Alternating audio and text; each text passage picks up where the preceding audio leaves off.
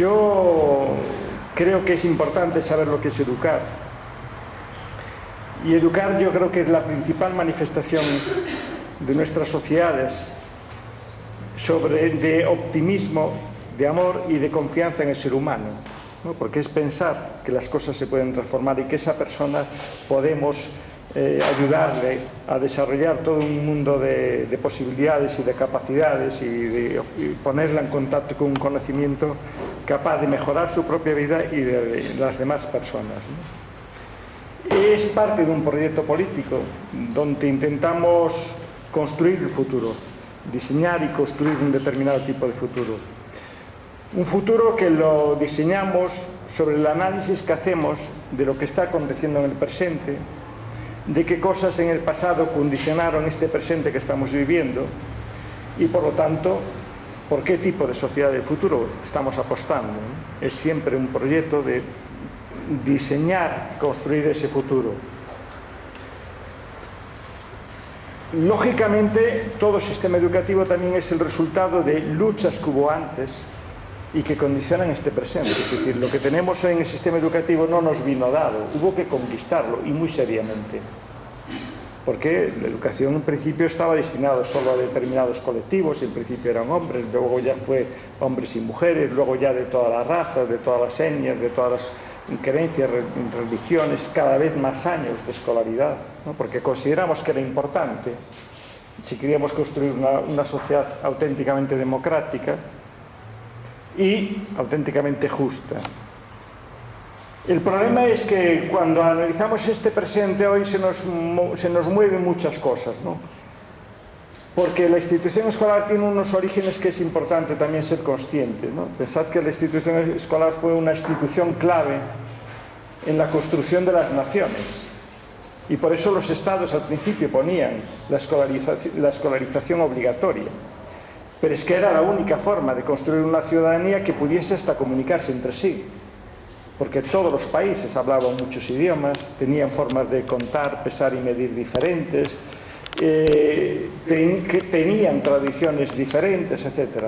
Había que hacernos partícipes de que por el hecho de vivir en un determinado país teníamos una lengua que nos permitía comunicarnos entre todas y todos. Íbamos todos a aprender y a contar y a pesar y a medir, ¿no? Pensad, incluso el nombre de las asignaturas era lengua, que era una sola lengua. Eran las matemáticas, que era la imposición del sistema métrico decimal. Es decir, entre paréntesis, hoy no podríamos leer el Quijote en versión original, ¿no? Necesitaríamos muchas notas a pie de páginas que nos aclarasen toda la diversidad de medidas, pesos, volúmenes, etcétera, que allí hay, etcétera. La historia era la construcción de una narrativa donde nos hacían ver que teníamos un pasado que era común, luego no era tan común, pero ese pasado era común, y nos construían la mentalidad ya de que ese futuro también tenía que ser común, y dentro de este mismo territorio. Y así era la geografía, etcétera, así eran todas las materias. Eran construir mentalidades muy chauvinistas, muy monoculturales, monolingüistas, sobre la base de exagerar y visibilizar y construir, primero también, un imaginario de lo que eran las personas extranjeras, los países extranjeros, que siempre eran peores que nosotros, o malvados, o tenían intereses ocultos, y nosotros éramos los buenos. Todos los países del mundo funcionaban con esos esquemas, ¿no? Claro, algo que se nos rompe en el momento presente, en momentos de globalización, de circulación de poblaciones por todos los lados constantemente. Y las palabras son todo lo contrario. El discurso que hoy organiza, los lemas, lo que nos moviliza, son palabras radicalmente diferentes a esa escuela única, nacional, chauvinista, destinada a construir la nacionalidad española, o francesa, o alemana, o la que fuera. Porque las palabras son multiculturalidad, multilingüismo, hablamos de diversidad, por supuesto, vivimos en sociedades democráticas y decimos esa institución tiene que ser democrática, tiene que ser cosmopolita, y criticamos los cánones culturales, ¿no? Cuando de repente nos dicen es que todo el mundo tiene que saber tal cosa porque esto es básico en toda la humanidad, ¿no? Intentar saber cuáles son los conocimientos que toda la humanidad debería saber.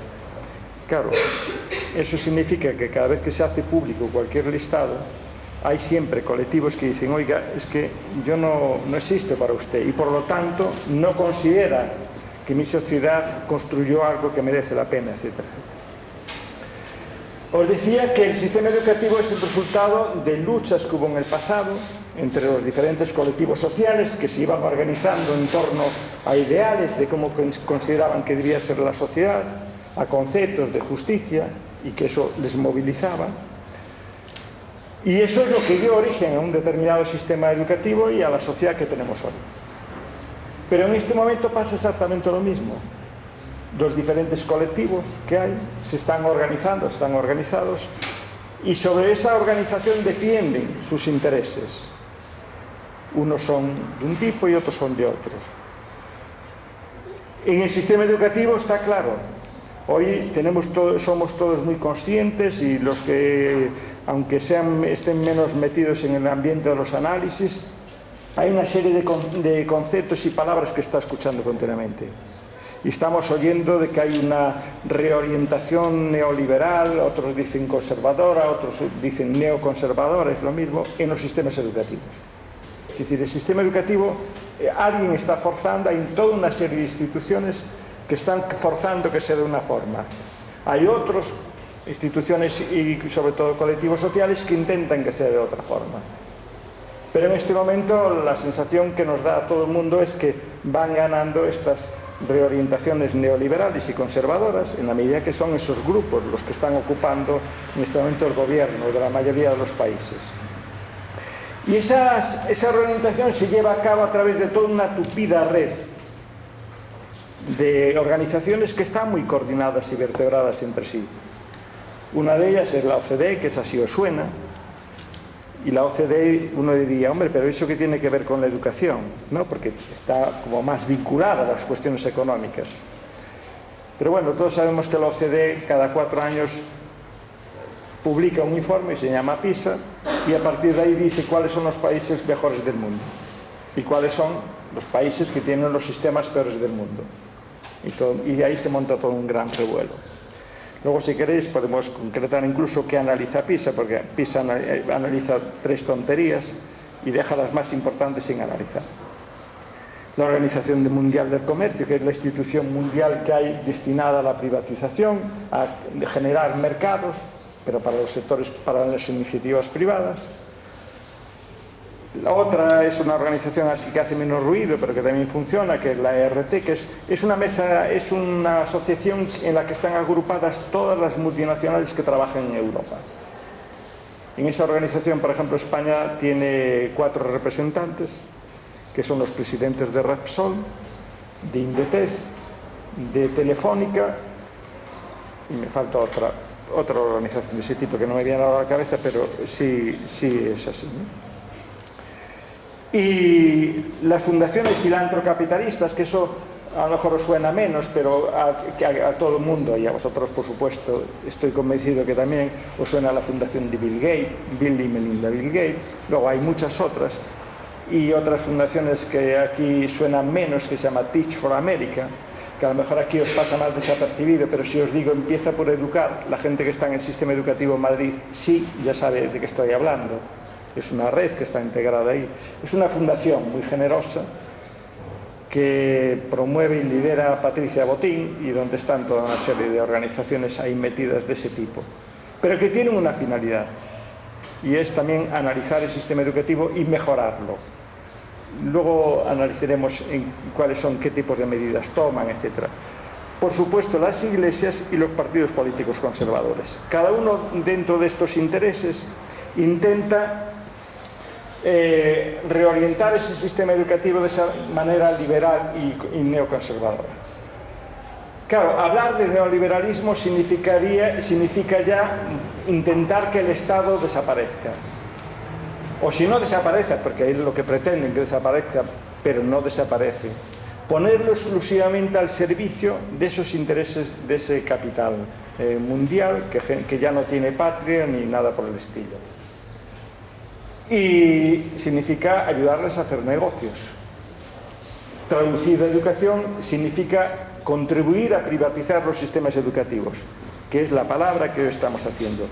Y esto se va a hacer además a través de otro tipo de cuestiones que es importante, que es lograr nuestro consentimiento, que las personas vean que está bien que se privatice, porque la privada es mejor y todas las iniciativas privadas son muy buenas y las públicas son muy malas.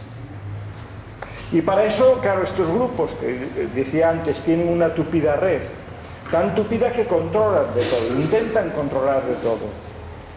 Y por lo tanto van a controlar también las líneas discursivas y van a promover determinados tipos de discursos que provienen del individualismo, ¿no? Si os das cuenta, todos cada vez nos vemos más como idiosincrásicos, cada uno es muy peculiar y cada vez nos cuesta más ver qué tenemos en común con las personas que tenemos al lado, porque nos enfatizan tanto las peculiaridades individuales de cada uno de nosotros que parece que no tenemos nada en común. Claro, eso va contribuyendo a romper los lazos, que es diferente a vernos que tenemos muchas cosas en común y por lo tanto que los problemas los tenemos que resolver en común. Pues las líneas discursivas, si vosotros vais mirando qué corrientes filosóficas, qué libros de filosofía, de sociología se están promoviendo, van todos ahí. Otras líneas son más psicologicistas. ¿Qué significa eso? Enfatizando también la peculiaridad individual, ¿no? La psicología se centra en el individuo, aunque dice luego que tiene en cuenta el contexto nunca lo acabamos de ver muy tan fácilmente. Y siempre acabamos viendo que cada uno de nosotros es único, singular y muy peculiar y tiene unos problemas que le son propios, etc.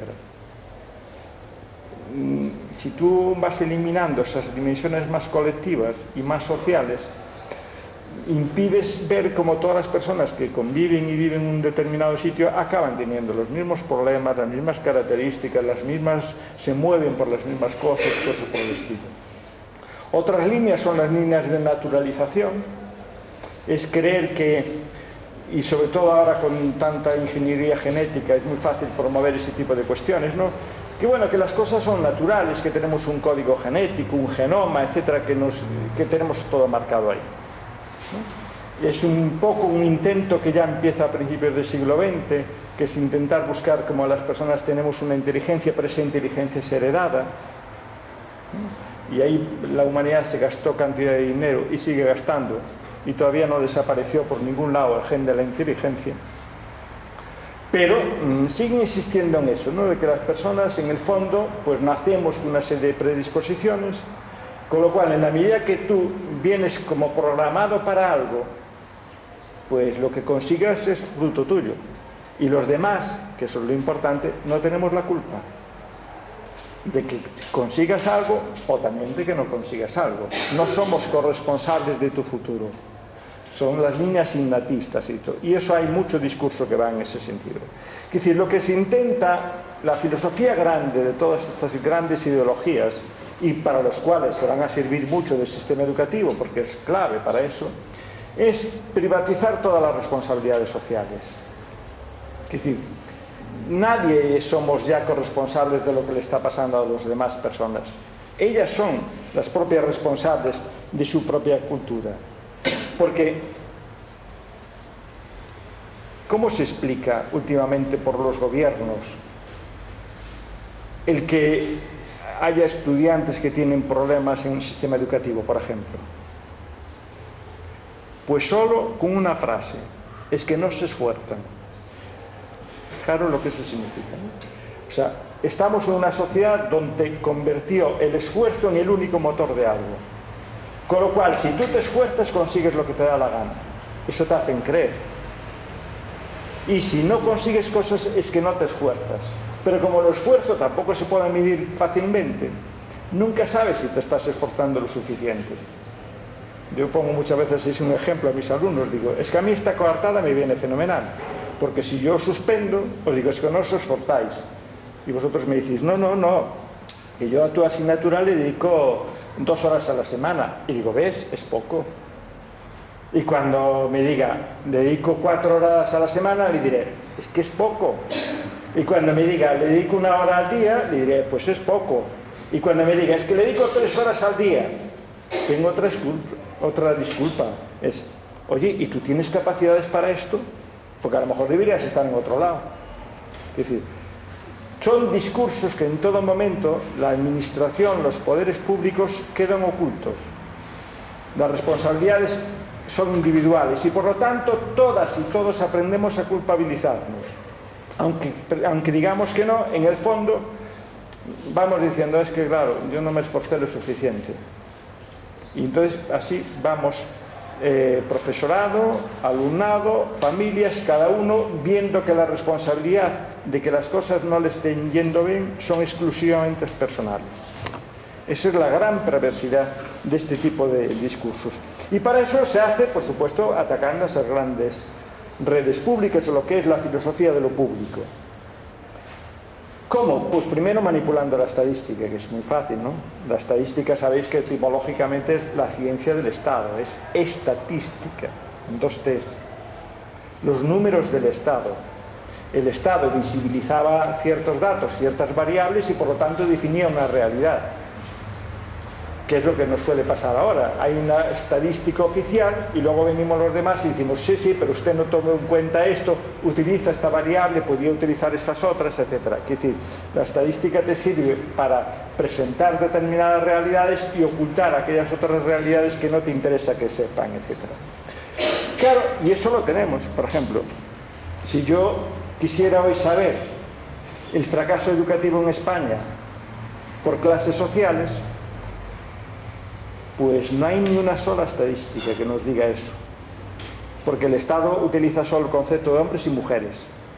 Y digo, vale, pero además de hombres y mujeres, esos hombres y mujeres, unos son de una clase social, otros incluso además tienen otra categoría, que es tienen una etnia, que no es la mayoritaria de aquí, y por lo tanto me gustaría que esos datos tuvieran en cuenta eso.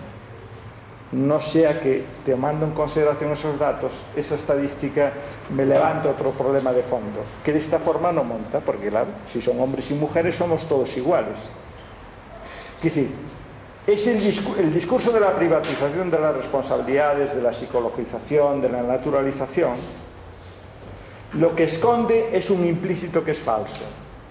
Vivimos en una sociedad que ya hay igualdad de oportunidades. Y como ya hay igualdad de oportunidades, efectivamente las diferencias son solo individuales y son fruto de los esfuerzos personales. Bueno, habrá alguno que nació con una lesión cerebral brutal que es la responsable, pero esos son estadísticamente no representativos. Pero por lo demás es así. Es decir, la perversidad de lo que nos van colando es auténticamente brutal en ese sentido, ¿no? Entonces te presentan, manipulan las estadísticas sin tomar en consideración, por ejemplo, eso, pues la clase social, las ocupaciones de la familia, el barrio en el que uno vive, qué condiciones tiene de habitabilidad ese barrio, los niveles de salud, etcétera, etcétera.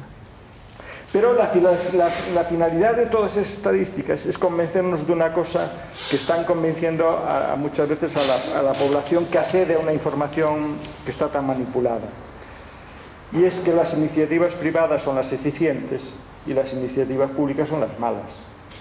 Y nos van metiendo esa idea continuamente, ese bombardeo va por todos los lados, utilizando esas estadísticas. Y hasta omitiendo otro tipo de datos que les echarían abajo eso. Porque si hoy miramos el nivel de las personas que están ocupadas y su nivel de formación, una cosa que nos sale escandalosa en este país es que las personas tienen sobrecualificación. Están todas con más cualificación de las que requiere ese puesto de trabajo. Y la última, pues ya es la que nos están diciendo, que las universidades bajamos mucho los niveles, formamos muy mal a la gente, y vienen todos los países europeos de más alto nivel que nosotros a buscar los licenciados españoles, ¿no? Y eso lo están ocultando también, o lo están dejando así como dato, pero les parece que eso es natural y obvio. Entonces, claro, si os dais cuenta, los culpables de esa situación son o estudiantes o las instituciones escolares, por supuesto el mundo empresarial, el mundo político, esos son maravillosos, son grandes emprendedores que se dejan la piel, pero que nosotros los demás no les respondemos. Es el discurso con el que se están funcionando. Es una manipulación de estadísticas que incide mucho en que los niveles están cayendo Otra falsedad enorme. Nunca, en ningún momento de la historia, en el Estado español, la población tuvo el nivel de formación que tiene ahora. Nunca. Porque hasta la población que hoy dice eso, hombre, yo os pongo una prueba. Mirad sus libros de texto y ya veréis qué tonterías estudiaban. Los que tenían la suerte de estudiar, que era un porcentaje ridículo. La mayoría de la población fracasaba. Y esa población dice que es la que sabe más. Hombre, es muy fácil. Es decir, yo puedo evaluar y demostraros a todos que sabéis todos menos que yo. Yo pongo el listón, hago las preguntas, miro lo que yo sé y en la medida que sepáis lo mismo, pues tenéis buen nivel. En la medida que no sepáis lo mismo que yo, tenéis diferente nivel. No me atrevería a que hicierais vosotros el listón, porque entonces seguramente me saldría yo el torpe, etc. La idea es, están cayendo los niveles y el país está en peligro, claro, porque en este momento la crisis es porque, claro, el sistema educativo es un desastre, la formación es un desastre y dicen los empresarios que no encuentran gente cualificada. Pues todo eso es la forma de hacer eso. Claro, la cuestión es desmantelar esa red pública y, por lo tanto, otra línea discursiva muy importante es, por supuesto, y quienes trabajan ahí son funcionarios. Claro, tú imagínate lo que significa hoy ya muchas veces socialmente decirle a una persona, oiga, ¿usted qué es? No, yo soy funcionario del Estado. O sea, un vago, un maleante, un ladrón, no sé, es así. Claro, tú dices, ¿cómo? Es la imagen que hay. Claro, y se olvidaron de por qué en el sistema educativo la figura más importante que debemos seguir defendiendo es el variado. Porque el sistema educativo, entre otras cosas, decíamos, tiene como finalidad garantizar la libertad de pensamiento y educar a las nuevas generaciones para moverse en una sociedad que existe libertad de pensamiento y de expresión. Por lo tanto, tú no puedes tener una persona cuyo contrato depende del color del partido político que esté en cada momento en el gobierno, o del color del propietario del colegio privado que es lo que está ahí, que es lo mismo, ¿no? Entonces, claro, si yo trabajase en un colegio del Opus Dei o de los Legionarios de Cristo, pues yo no podría hacer las clases que hago, tendría que hacer otra cosa. Porque las leyes de ese tipo de comercio, quien paga manda. Entonces, una de las formas fundamentales es desprestigiar ese profesorado, ese funcionario público.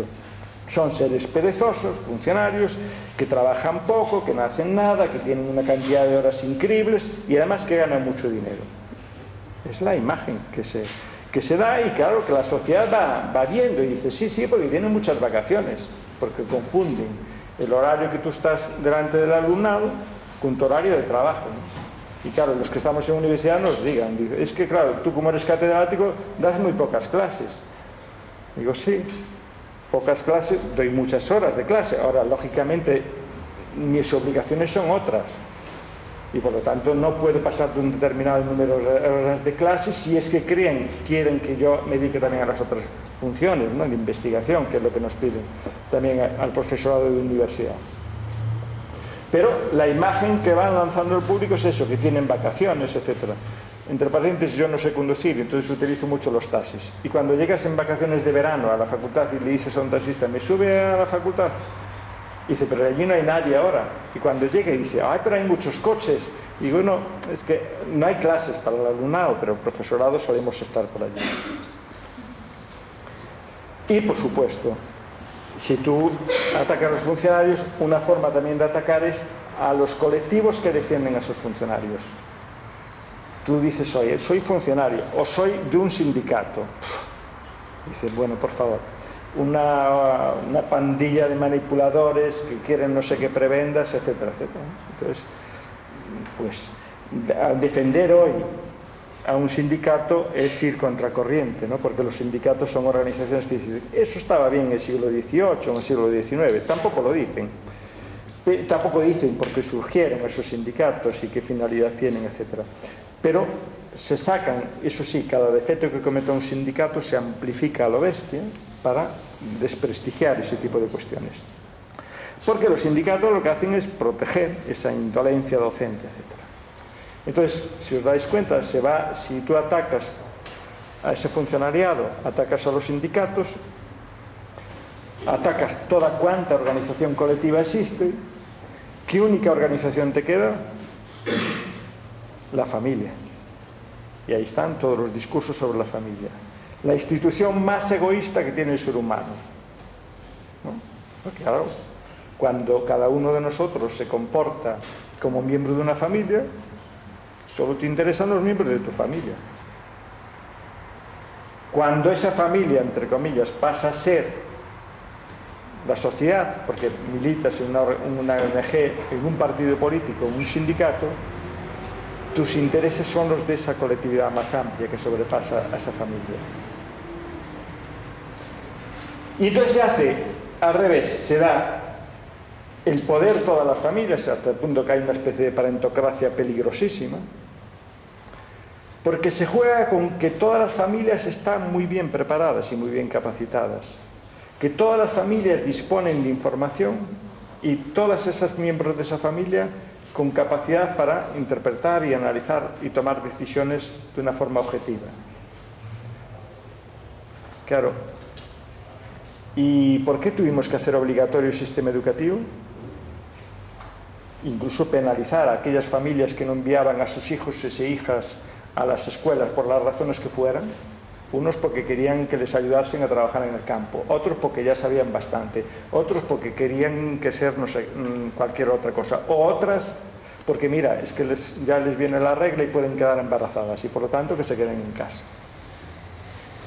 Claro, pero precisamente ese Estado preocupado por lo público, lo que decía, como sabemos que hay familias que es así, decimos la escolaridad es obligatoria en este momento hasta los 16 años. Y si usted no escolariza a su hijo o a su hija, está cometiendo un delito. Y por lo tanto, es objeto de sanción. Si os dais cuenta, esto desaparece de nuestro imaginario y tenemos las familias mejores del mundo, mejor informadas y que saben tomar toda clase de decisiones. Y por supuesto, en el caso de la educación, no solo ya se desmonta toda esa red pública de centros, sino que el próximo foco de ataque que ya llegó a este país y que yo, entre paréntesis, creí que llegaría un poquito más tarde, porque algunas cosas empiezan siempre en otros países y cuando allí en otros países ya dan éxito, vienen a los demás. Pero en este casi andamos en la modernidad más absoluta. Es el ataque a las instituciones de formación de profesorado. ¿Cómo? Pues diciendo que no forman bien a su profesorado, generalmente insistiendo en una cuestión. Es que la formación que se da en las instituciones de formación de profesorado es muy teórica. Claro, imaginaros qué barbaridad incluso se dice, pero que cuajó incluso entre el alumnado de esas facultades, que se creen que la teoría es como una especie de fantasía que no tiene nada que ver con la realidad, confundiendo lo que es una buena teoría con una mala teoría. En vez de decir, bueno, hay centros que efectivamente trabajan con malas teorías, pues se echa abajo todo eso y se cae en una especie de conocimiento, pues en el mejor de los casos, digo yo, debería ser artesanal. Pero ese conocimiento artesanal estaba fuera de las universidades, siempre, en todas las sociedades. Entonces se dice, no forman bien al profesorado porque les dan un conocimiento teórico y sobre todo dicen, es que les hablan de realidades políticas. Es un conocimiento que está muy politizado. Digo, claro, porque ese conocimiento es para analizar la realidad. Y la realidad es política. Pero política en el sentido más puro y digno de la palabra, porque la política es lo que nos permite analizar el entre las personas, cómo podemos organizarnos para poder vivir juntos. Esa es la política. Entonces, lógicamente, si nosotros analizamos en el sistema educativo, estamos analizando la sociedad y tenemos que analizar que en el sistema educativo trabajamos con conocimiento, ese conocimiento puede beneficiar a unas personas y puede perjudicar a otras.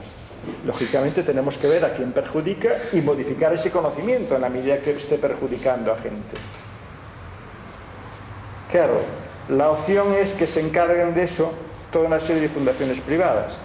En Madrid tuvisteis ya la experiencia piloto, y es cuando la asociación esta Empieza por Educar, la fundación que preside Patricia Botín, que es una fundación que está englobada en toda una red que se llama Teach for America. Es una fundación que empezó en los Estados Unidos, también con el mismo discurso, criticando todo aquello y diciendo que ellos se iban a encargar de formar un profesorado y además que generosamente se lo iban a ofrecer a la pública.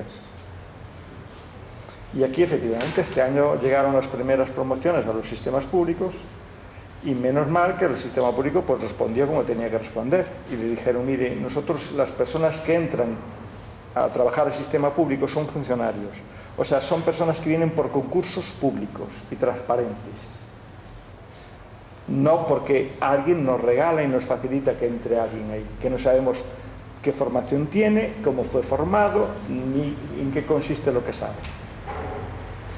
Y por lo tanto son modelos que se echan para atrás. En el fondo estas fundaciones lo que intentan meter también en un ámbito como es el ámbito de la social son modelos que en otros campos pues más o menos pueden tenerles éxitos, como pueden ser en las grandes empresas privadas, pero la empresa privada y la empresa pública son cosas radicalmente diferentes y son lo que llamamos los modelos de MBA, ¿no? Esos cursos que organizan tanto las facultades económicas y empresariales, y es formar al profesorado con esos mismos modelos. El implícito que funciona en todos esos discursos es, hombre, es que las escuelas funcionan mal porque están mal dirigidas y administradas. O sea, volvió todo un discurso feroz de que lo importante en un centro es una dirección que me ordene y mande.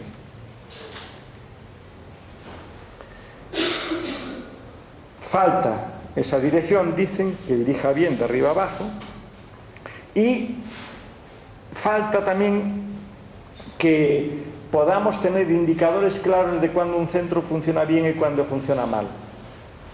Y por lo tanto lo que van a hacer las administraciones es lanzar lo que se llaman estándares o indicadores y evaluar los centros con eso. Es lo que se llama la cultura de las auditorías, es decir, ahora continuamente estamos siendo continuamente evaluados por estándares e indicadores en cuya definición nosotros no participamos y lo que es más importante, y en cuya metodología de evaluación tampoco participamos. Nos viene dada por unas determinadas metodologías que luego en las ciencias sociales criticamos, ¿no? Sobre todo en las ciencias sociales, imagino que sonarán los métodos de investigación va a ser hermenéuticos, cualitativos, todo ese tipo de cuestiones, etnográficos, frente a los modelos más positivistas de las ciencias duras, experimentales.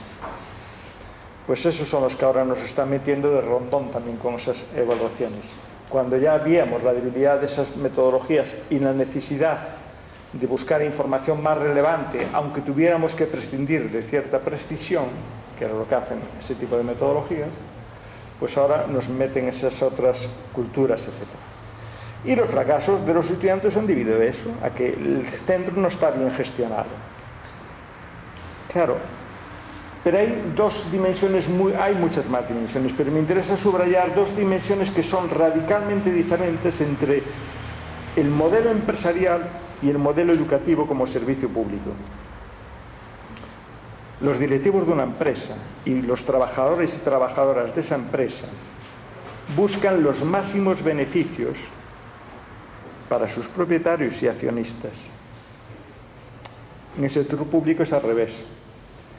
Lo que nosotros buscamos son los máximos beneficios para ese alumnado y para sus familias, para la comunidad, en una palabra. Y por lo tanto, claro, no queremos ahorrar y no queremos hacer determinados recortes porque eso sabemos que le permitiría al Estado pues acumular más dinero, a la empresa que gestiona ese centro escolar, hacerse más rico, pero redundaría en la calidad de servicio que le estamos dando a ese alumnado. Y otra dimensión importantísima es que como ahí lo que se trata es de defender los intereses de quienes son los accionistas de esa empresa, lógicamente las decisiones que se toman son jerárquicas. Ahí lo que importa es lo que manda el director o la directora de esa institución, de esa fábrica o de esa empresa o de ese banco. En los centros escolares es al revés. La palabra que decimos siempre es colegialidad, horizontalidad y debatir las cosas públicamente entre todos.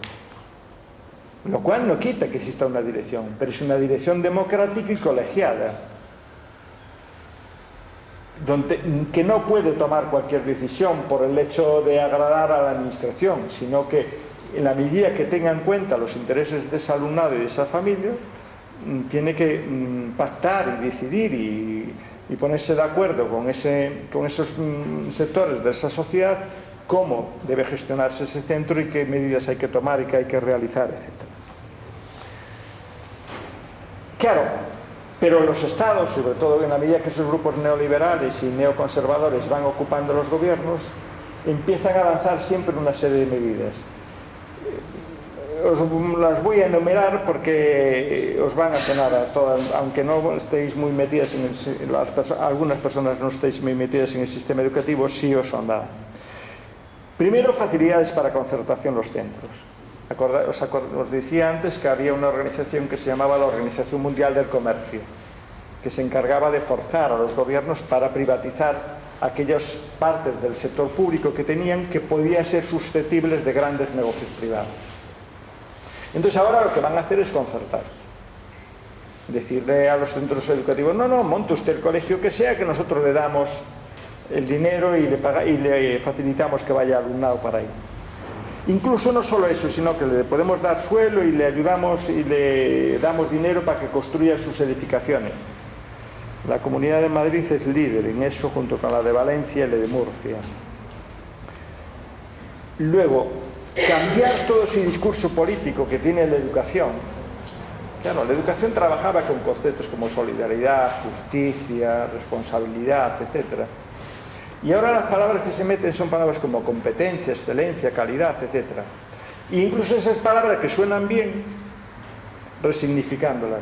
Porque claro, tú dices, pero tú estás en contra de la excelencia o de la calidad. Digo, no, yo quiero ser muy excelente y tener muchísima calidad. Pero me gustaría que antes aclaráramos qué es excelencia y qué es calidad. No sé qué tenga que decirte, no, yo no quiero ser excelencia ni tener esa calidad. El problema de todo eso es que ese lenguaje se utiliza y para eso se ponen en funcionamiento una serie de modelos de evaluación que incorporan una determinada concepción de lo que es excelencia, de lo que es calidad, etcétera, etcétera. Eso está lleno en el sistema educativo, ya desaparecieron las palabras políticamente más importantes y ya todos son conceptos técnicos y palabrejas, incluso, iba a decir, nadie sabe qué significan, ¿no? Hay una palabra que está organizando mucho el sistema educativo que se llama competencias. Y es una palabra que cada vez que una persona habla sobre ella, lo primero que dice es, yo entiendo por competencia. Y tú dices, ¿cómo que tú entiendes por competencia? ¿Todavía no tenemos claro qué es una competencia? Pues parece que no. La Xunta de Galicia, en el decreto que tiene, que anuncia eso, dice, una posible definición de competencias podría ser. Digo, ¿cómo que posible y podría ser? Dígame la suya, que es usted el que está imponiendo este concepto. No me diga cuál podría ser y qué es esto de los futuribles estos. Entonces, claro, es un concepto, bueno, que organiza el sistema educativo y sobre el cual el profesorado tampoco tiene mucha formación. Pero hay una cosa, los sistemas educativos ponen estándares nacionales, que dicen qué cosas tiene que aprender todo el mundo y ellos van a pasar unas pruebas. Con lo cual, el sistema educativo se dedica a que preparemos las pruebas para pasar eso. Son evaluaciones todas centralizadas de rendimiento. ¿Os acordáis las que pasó Esperanza Aguirre aquí? Y se la pasa a todos los centros y al final lo que estas pretenden son hacer ranking, ¿no? Es decir, cuáles son los mejores centros y los peores centros. ¿Qué estudiantes tienen los mejores rendimientos? Pero claro, la evaluación es otra palabra distorsionada. Porque evaluar, dicen en primer curso de estadística, ¿no? Cuando se dice eso, evaluar es medir de dónde se sale y a dónde se llega. Algo que lo sabemos bien y lo vemos bien a las personas que nos gustan carreras olímpicas, por ejemplo, ¿no? Que tú ves cómo se anula una salida porque alguien se adelantó unos segundos. En el sistema educativo no es al revés, solo importa quién llega. Por lo tanto, que uno arranca en el 1,90 m en una carrera de 100 metros lisos, allá, eso a mí no me importa. Lo que me importa es que llegue al 1,100 m. Claro, es una evaluación donde unos empiezan en el 1,90 m, otros en el 50, otros en el 30, otros en el 0 y algunos en el menos alto. Ya sabemos quién va a ganar, los que salieron del 1,90 m. Los recortes en la financiación son claros, incluso a continuación se pretende dar que los salarios sean por resultados, pero son resultados medidos de esa forma. Es decir, es a dónde llegó su alumnado sin tomar en consideración en qué condiciones arrancó y en qué condiciones incluso vive su familia, el centro y dónde está. La idea es hacer un ranking escolar. Los rankings escolares, en la medida más maravillosa que inventaron todos los países neoliberales, con economías neoliberales, para la privatización. Porque es decirle a la sociedad cuáles son los mejores centros y los peores centros. Pero los mejores y peores centros, medidos de esa forma, a dónde llegó ese alumnado, no de dónde salió. Con lo cual ya os podéis imaginar quién va en cabeza de esos rankings. Luego todo un discurso maravilloso con una palabra también deliciosa, la libertad. Dicen, sí, hay que dar libertad. ¿Libertad para qué? Para que elija centros. Una mentira. Entre otras cosas porque para que pudiese existir esa auténtica libertad de elección de centros, tendrían que darse al menos dos condiciones que no se dan. Una, información relevante. ¿Dónde se produce en este país un debate sobre lo que es una buena educación, una mala educación, qué debe hacer el sistema educativo? ¿Esos debates dónde están? Ni en Telecinco, nada, en ningún sitio. Eso sí, el mundo acaba de sacar ahora un ranking de centros. Eso es bueno, sacan siempre, el Telva y no sé cuántos periódicos por ahí. Midiendo lo que les da la gana y cómo les da la gana, claro, en función de sus intereses. Necesitaríamos información y necesitaríamos otra condición clave, tener garantía, incluso una vez teniendo la mejor información del mundo, que no tenemos, que esas familias pueden interpretar esa formación. ¿Y cuántas familias hay que no tienen esas capacidades? Porque ya se encargó también la sociedad de etiquetarlos como fracasados escolares, etc. Y lógicamente luego la pobreza de toda la política de formación, los recortes y las desvirtuaciones de todo ese tipo de cuestiones. Claro, todo eso que genera otra distorsión enorme frente a la famosa libertad de elección por parte de las familias, es una mentira. Lo que se produce realmente es la libertad de elección del centro del alumnado que quiere. Y algunas de vosotros y algunos de vosotros hasta es posible que en algún momento sufrierais alguna experiencia de ese tipo, ¿no? Personas que intentan entrar en un sitio y el centro les dice no, tú no. Y hay muchas formas de hacerlo. ¿Por qué? Porque en ese sistema, acordaros que la manipulación de la evaluación era medir a dónde se llega. Lo que, como a mí me van a evaluar en función de que mis estudiantes tengan los mejores rendimientos en algo en concreto, lo que quiero es seleccionar a esos estudiantes que me garantizan que voy a tener éxito. Porque así mi institución va a ser muy prestigiosa. Y hasta podré cobrar más y pedir muchas prebendas a las familias. Entonces, en vez de ser la institución la que es importante porque está haciendo un trabajo maravilloso con los seres más desfavorecidos, es como si los hospitales escogiesen a los enfermos que tienen catarro para tratar Y los que tienen tumores y cosas más complicadas, eso los mandarán a otros centros, que también está dándose, por desgracia.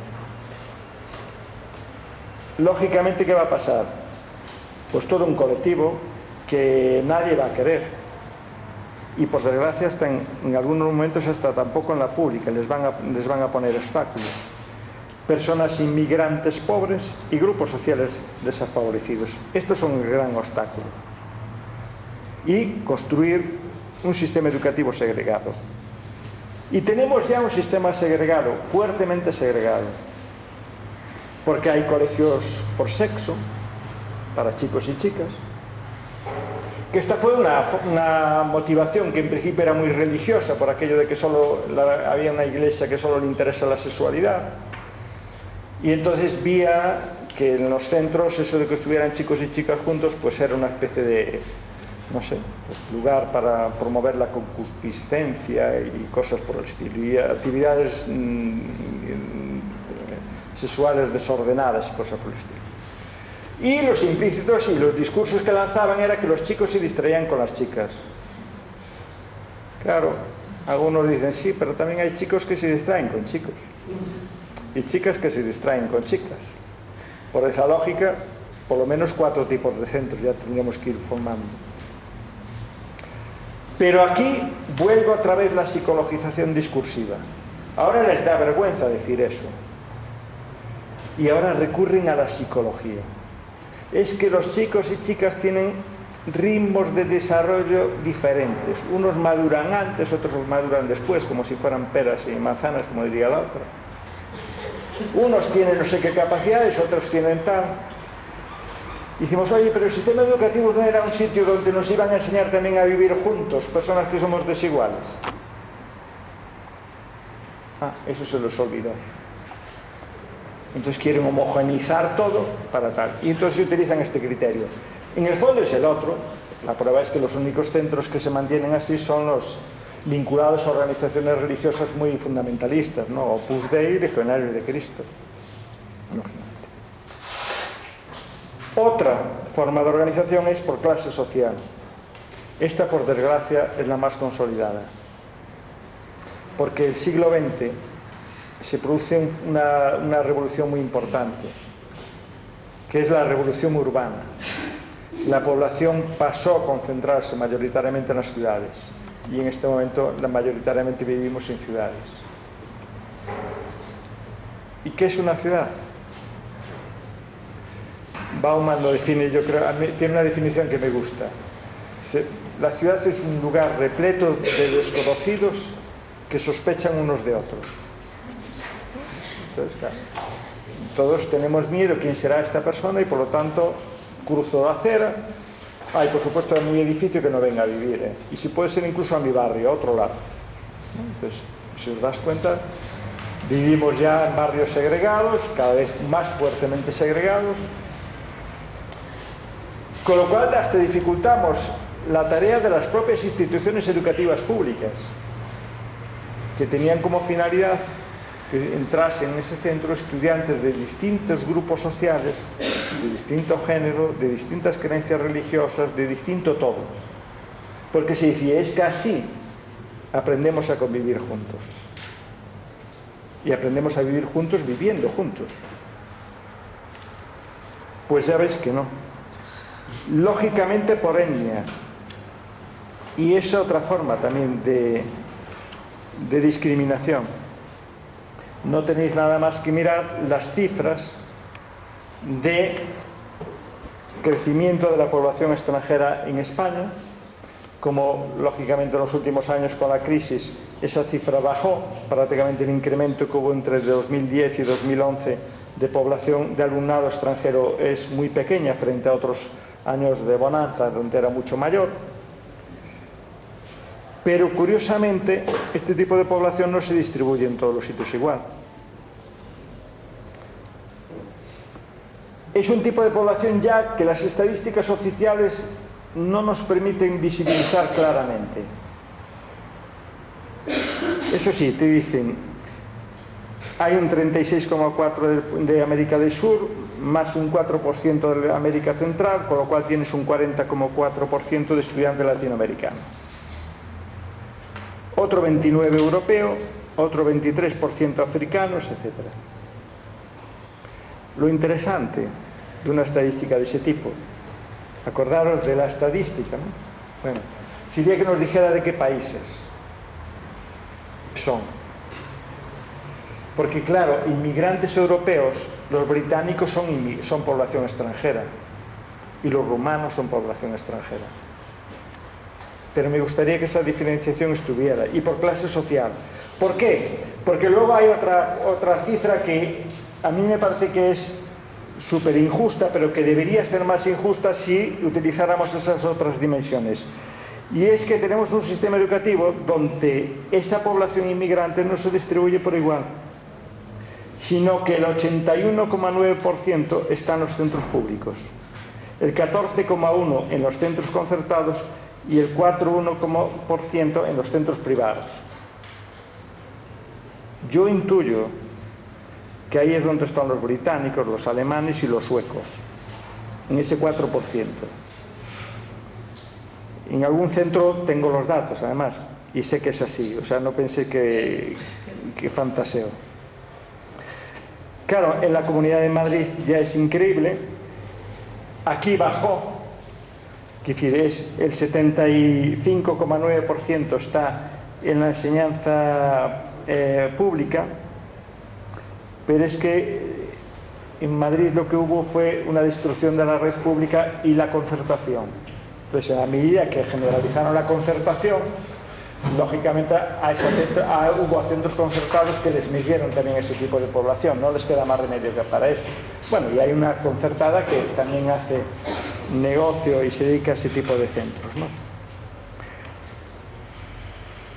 Y ahí vais viendo eso, cómo las políticas incluso se corresponden, ¿no? De cómo tenemos un sistema educativo donde está creciendo enormemente la concertación y la enseñanza privada. La enseñanza privada menos, porque ya descubrieron el truco para sacarle el dinero al dinero público, y eso se lo descubrió Bill Gates, con esas fundaciones, que es, en vez de apostar por enseñanzas privadas, ya que tienen tanto dinero, dice no, vamos a apostar por la enseñanza concertada, obligarle al Estado a que ese dinero que tiene para la red pública lo redistribuya también con ellos. Y ellos ya a su vez ya se encargarán de cobrar otras prebendas por otros lados para hacer mejorar todavía mejor su servicio. O sea, que decir, es un sistema que descubrieron que les es más rentable concertar. Bueno, y de hecho en España ya hay cantidad de centros del Opus Dei, que son de élite, por supuesto, exclusivamente concertados. Como no les exigen mayores contrapartidas, a lo mejor por escrito alguna, que luego no van a cumplir, etc.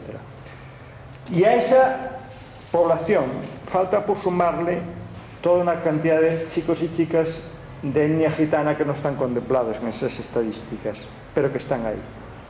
Y que a su vez están también concentrados mayoritariamente en la red pública.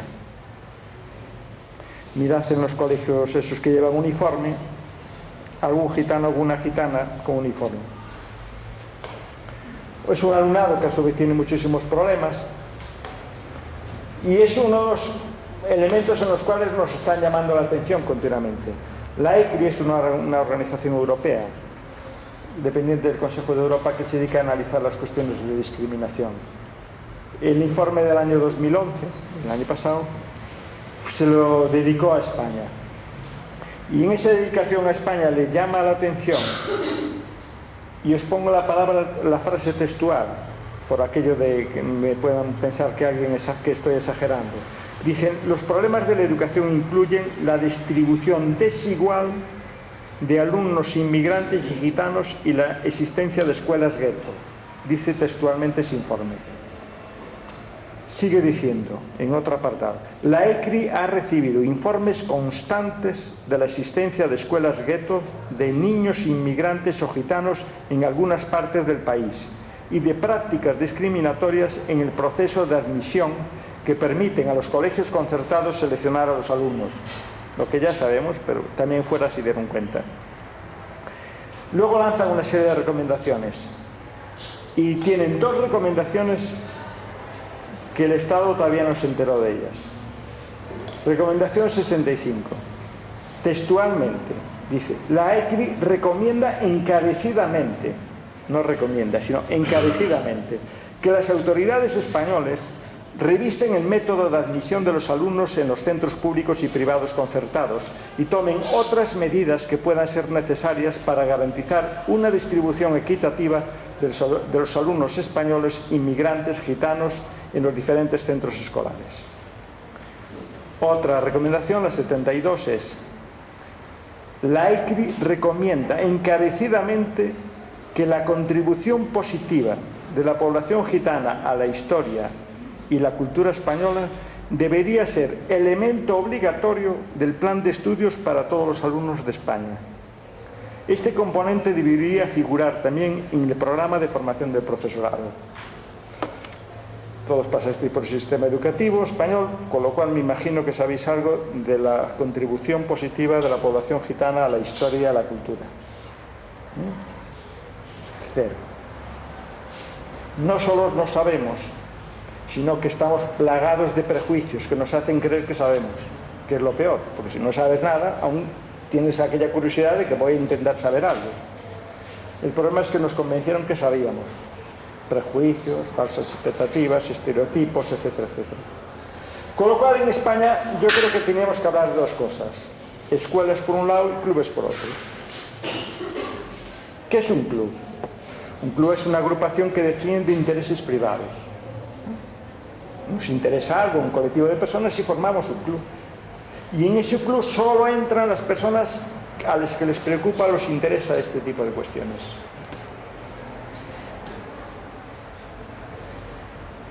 Claro, una institución que agrupa a estudiantes en función del sexo, de la clase social, etcétera, etcétera, es un club. Son los mejores modos de generar exclusión. Una prueba: mirad en cada centro para saber si es un club o es una institución educativa el porcentaje de estudiantes de minorías que están escolarizados en cada centro escolar. Mirad el porcentaje de materiales curriculares que existen en las distintas lenguas de ese alumnado. Y no os digo mirar el contenido de sus materiales curriculares, porque ya os adelanto que es cero. En la medida en que dicen esos libros de esas minorías, no existen. Mirar el porcentaje de profesorado nativo perteneciente a esas minorías y mirar, por ejemplo, el porcentaje de profesorado bilingüe. Con lo cual, ya vemos eso. Cómo estamos caminando un sistema educativo claramente dual. Por un lado están centros privados y concertados para un tipo de familias ricas y centros públicos. Centros públicos y privados, pero sobre todo privados y concertados, que van a practicar una educación segregada. Unos por clase social, por sexo, por religión. No os olvidéis que en este país permitieron los idearios. Permitir un ideario significa que si yo declaro que mi centro es de ideario católico, ya me deshizo de un plumazo de toda la población africana y de toda la población gitana. Solo con decir eso, este es el ideario de este centro. Escuelas segregadas por capacidades. Está volviendo a pesar y a reaparecer todo el mecanismo de las aulas de educación especial, porque nos olvidamos del discurso que generó la integración. Y fue solo un discurso, fue introducir en el discurso que había el discurso de los derechos humanos. Hasta la década de los 70, si tú hablabas de personas con necesidades educativas especiales o que tenían algún tipo de discapacidad, estabas pensando que era ya una especie de proyecto fallido de ser humano que le competía exclusivamente a la medicina y a la psicología. Nada más. Y por lo tanto, a ver, como desde ahí, pues se paliaba algo eso. Y nada más. En la década de los 70 empezamos a darnos cuenta de que, además de ser una persona discapacitada, antes que todo eso, era un ciudadano y una ciudadana. Y por lo tanto era objeto de los derechos humanos. Y por lo tanto no se le podía discriminar. Con esa lógica fue con la que forzamos que los chicos y chicas con discapacidades estuviesen en las aulas normales. Y con esa lógica rompimos todo el discurso científico que nos hablaba de los límites, ¿no? Hoy también es el día de las personas con síndrome de Down, ¿no? Eso me interesa esta mañana. Cuando yo estudié eso, que no fue hace tantos siglos, fue en el siglo pasado, pero bastante más próximo, allí se decía, una persona con síndrome de Down muy difícilmente puede aprender a leer y escribir. Muy difícilmente y con muchas dificultades. De ahí ya no pasaba. Hoy acaban primaria, secundaria, bachillerato y titulaciones universitarias. Claro, nos obligó a revisar todo y aprendimos que no hay límites. Aprendimos que en el mejor de los casos no sabemos todavía cómo estimular a este tipo de persona que tiene este tipo de capacidad, pero que tenemos que aprender a estimularlo y tenemos que inventarnos otra forma. Es la misma crítica que le habían hecho siglos atrás a la medicina Francis Bacon, cuando les decía a las personas, a la medicina le decía a los médicos, son ustedes el freno a la ciencia. Y eran el freno a la ciencia porque ellos catalogaban las enfermedades en dos tipos, curables e incurables. Digo, si son incurables, ya no hay posibilidad de desarrollo científico. Y mira, se aprendieron. Aprendieron que hay enfermedades que ya sabemos cómo curar y enfermedades que todavía no sabemos bien cómo curar, pero que tenemos que aprender. Eso nos pasó a nosotros en educación en este tipo de situaciones. Pero ahora, con la reaparición otra vez de esa educación segregada, es fácil que volvamos a tener retrocesos. Entonces tenemos una educación, hay unos centros que están organizados así, otros centros que están organizados por el rendimiento académico de su alumnado, entonces ahí hay centros públicos fundamentalmente y algunos centros concertados, que son para aquellos estudiantes que tienen lo que se dice resultados normales.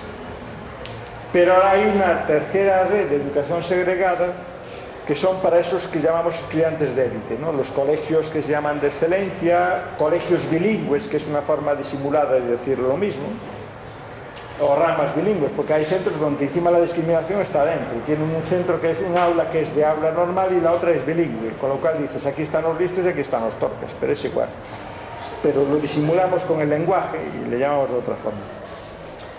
Y por supuesto hay otra forma de educación segregada, que son la cantidad de chicos y chicas que ya no están escolarizados en el sistema educativo, que están en unos programas que se empezaron en los años 80 que se llamaban los homeschool, que son las familias que deciden educar ellas a sus hijos e hijas y ya no los mandan a los centros escolares.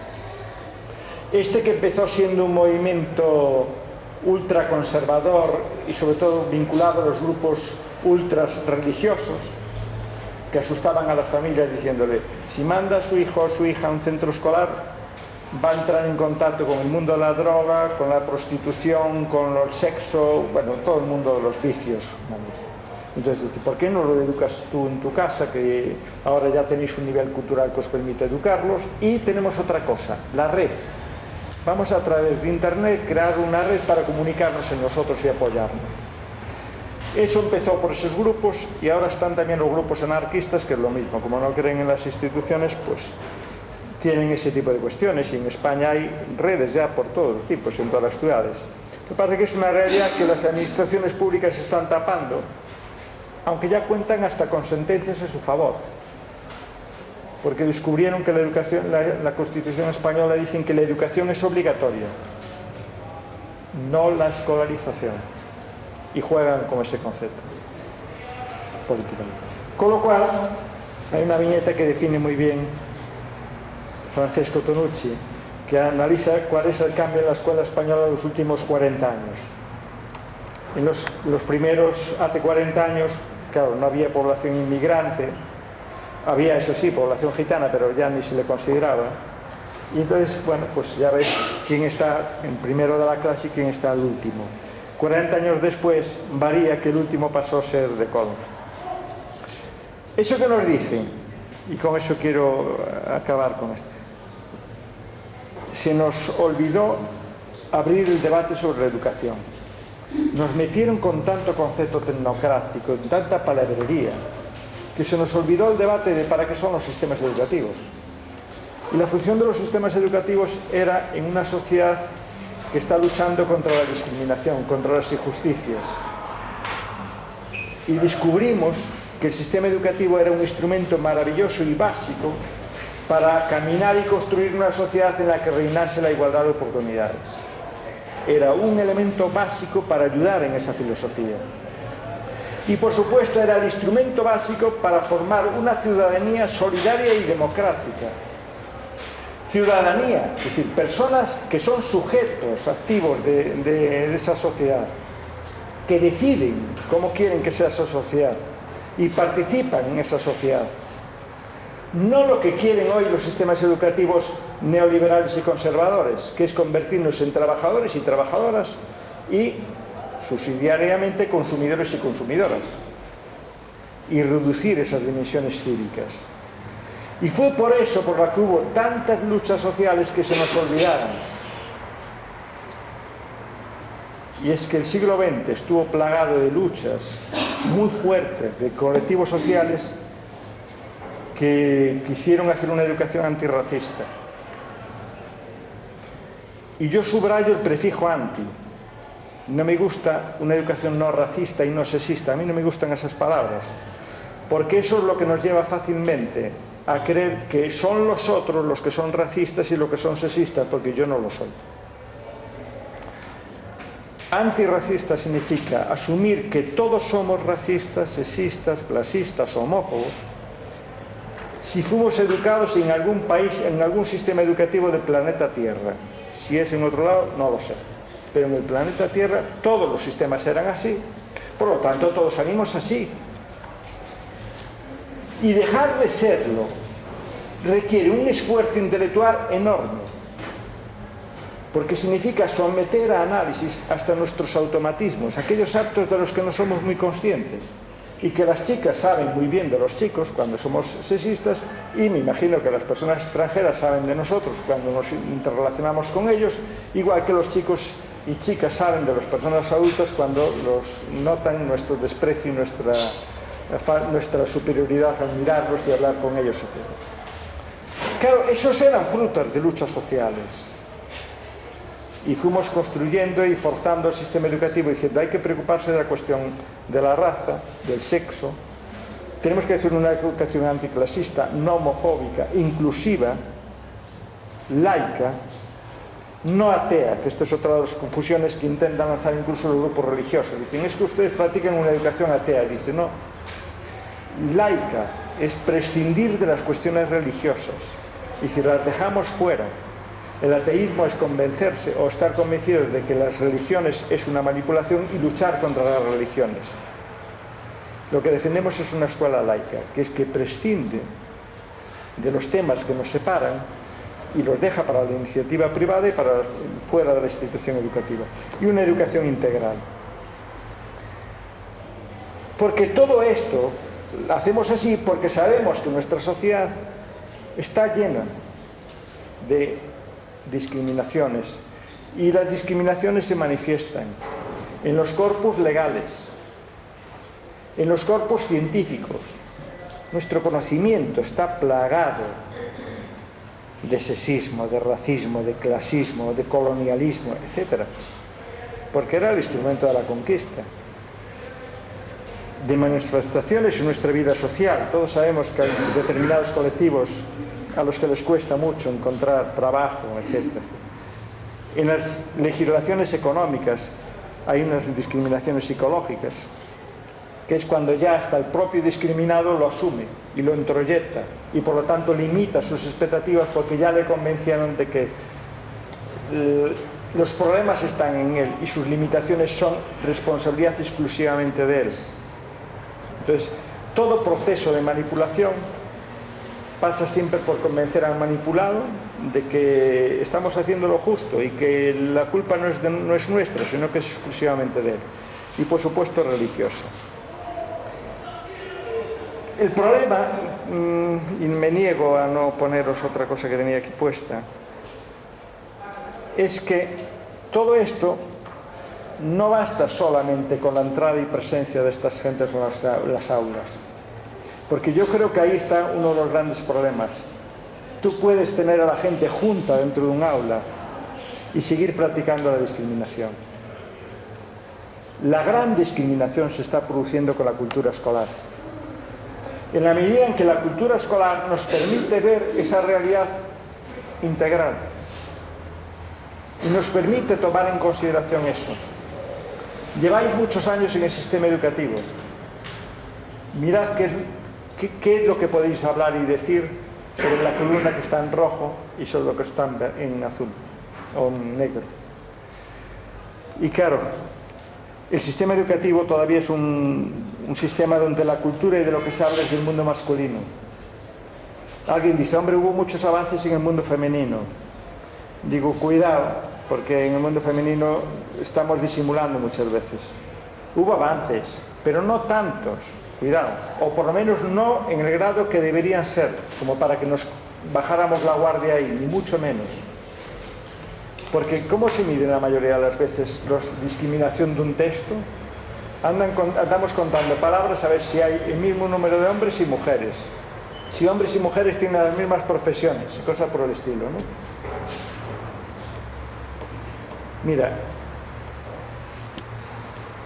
el sistema educativo dejará de ser sexista y tratará los problemas reales que tiene el mundo femenino en la medida en que en el sistema educativo ese alumnado que viene a conocer la realidad y prepararse para entender esa realidad pueda responder a algunas de esas preguntas y algunos de esos problemas que es. ¿Qué significa que exista una discriminación en el trabajo doméstico o en el segundo turno? ¿No? Que las mujeres, aquellas que incluso trabajan, tienen 2 turnos, trabajan dentro y fuera de casa. ¿Qué significa la maternidad y el cuidado de hijos e hijas? La violencia contra las mujeres, la precarización laboral, el techo de cristal o el mundo de la prostitución. Si esos son grandes problemas que hoy afectan a ese sector, yo me niego a creer que el mundo femenino está presente. Es un mundo de personas adultas, un mundo de la infancia y juventud. Eso por supuesto, el sistema educativo es al revés. Nunca vi ni una ilustración, ni mucho menos una actividad donde dijese que chicos y adolescentes pueden hacer algo juntos. El mundo es adultocéntrico. Los adultos somos el eje y todos los demás circuláis en torno a nosotros. Pero vosotros podéis hacer algo con niños y niñas. Que os enseñase el sistema educativo. Fuera aprendisteis, porque hay ONGs y otras actividades que hacen esas cosas. Pero el sistema educativo nunca hace nada de eso. Y lo que ya nunca aprendisteis es que en la historia hay jóvenes que hicieron cosas importantes para la humanidad. No, los jóvenes no hacen nada importante. Repasaros, decir en voz alta que cuántos jóvenes estudiasteis en el sistema educativo que hicieron cosas importantes. Claro, es que si hacéis cosas importantes hay que dejaros paso. Entonces, ¿verdad que no estáis preparados? Y el discurso de la caída de los niveles, ¿no sabéis? Cuando escuchéis a un adulto que sigue manteniendo eso, ya entró en la tercera edad. Personas heterosexuales, por supuesto, todo el otro mundo no existe, profesiones de prestigio, medios urbanos y cosas por el estilo. Y si a esto le sumáis, bueno, el mundo del trabajo, por supuesto, está ausente totalmente, independientemente una vez que incluso salís de ahí. Pero el problema más fundamental y que a mí me preocupa más últimamente, o por lo menos en el que estoy más metido en los análisis, es la cantidad de manipulaciones y de distorsiones que existe en la cultura presentada a los chicos y chicas en los centros. Primero, exclusión. De cantidad de colectivos nunca escucháis hablar en el sistema educativo. Y la mejor prueba es mirad cómo se comportan los mejores profesionales y las mejores profesionales que salieron del sistema educativo. Y veréis la dificultad que tienen para mirar para la segunda columna. Yo pongo muchas veces el ejemplo de la arquitectura. Mirad vuestra casa y veréis cómo vuestra casa está diseñada para un tipo de persona. Y hay cantidad de personas que no pueden estar en vuestro piso viviendo. ¿Quién se olvidó de ellos? Las facultades de arquitectura no tenían este tipo de cuestiones.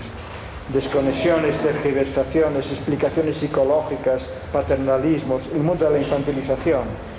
Ese es el mundo claro, y esa es la responsable de que cantidad de chicos y chicas aprendan a odiar a sus familias en el sistema educativo. Así de duro. Porque nadie les explica por qué su familia es pobre.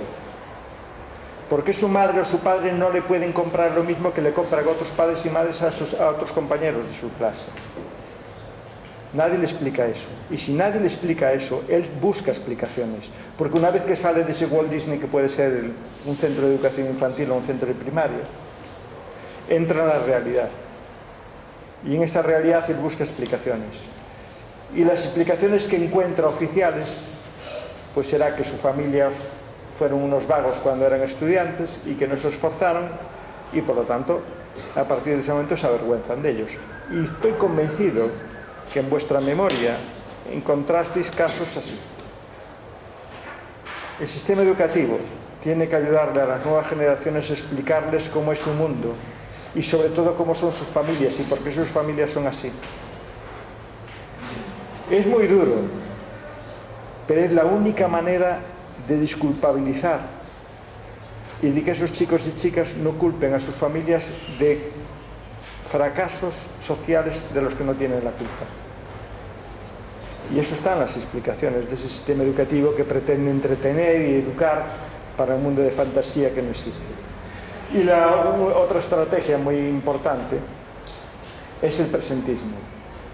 Las nuevas generaciones olvidaron la historia, no se les hace hincapié en la historia. Yo digo, un sistema educativo que enseñase bien 3 grandes temas daría lugar a las sociedades más optimistas y más valientes para hacer frente a todos los retos. Era una sociedad que explicase que en un tiempo hubo la esclavitud y cómo la esclavitud pasó a ser un delito. Cómo esa esclavitud estaba justificada religiosa y científicamente y hoy es un delito en todos los ámbitos. Y que por supuesto puede haber personas esclavas y hay personas esclavas, pero son perseguibles y es un delito. No hay nadie que defienda eso. ¿Eso cómo se consiguió? ¿Qué luchas hubo ahí? Otra era el nazismo. Es un tema maravilloso para ver la manipulación científica y lo que es capaz de hacer un conocimiento manipulado. Porque claro, nos vendieron que el nazismo fue culpa de Hitler, un loco que fue elegido democráticamente y que tuvo toda una universidad alemana haciendo barbaridades. Y finalmente la historia de las mujeres. ¿Qué pasó? ¿Cómo ese colectivo logró los logros que tiene hoy? Una sociedad y un sistema educativo que trabajase bien esos temas construiría una sociedad sin miedo a nada y no una sociedad atemorizada como estamos hoy, tratando de autoprotegernos cada uno por separado y viviendo en un sálvese el que pueda. El sistema educativo nació para generar sueños, no para generar sueños. Gracias.